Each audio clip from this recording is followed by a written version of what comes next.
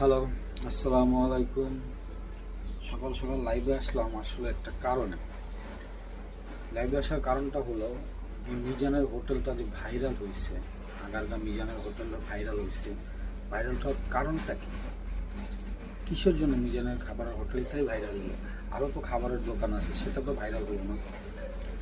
মিজানের হোটেলটা ভাইরাল হওয়ার কারণ হলো মিজান 100 টাকা গরুর মাংস দিয়ে পেট চুক্তি খানা খাওয়াতো।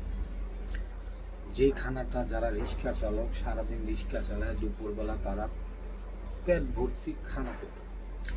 যারা ভ্যান চালক আছে, পথযাত্রী আছে, তারা ভরপুর খানা খেতে পারত। এর জন্যই মিজান ভাইরাল এবং মিজানের খাবার ভাইরাল। কিন্তু ভাইরাল হওয়ার পরে মিডিয়ারা এবং বিভিন্ন জায়গা থেকে মানুষ আইসা ভিডিও করে, খানা খায়, খানা অপচয় করে।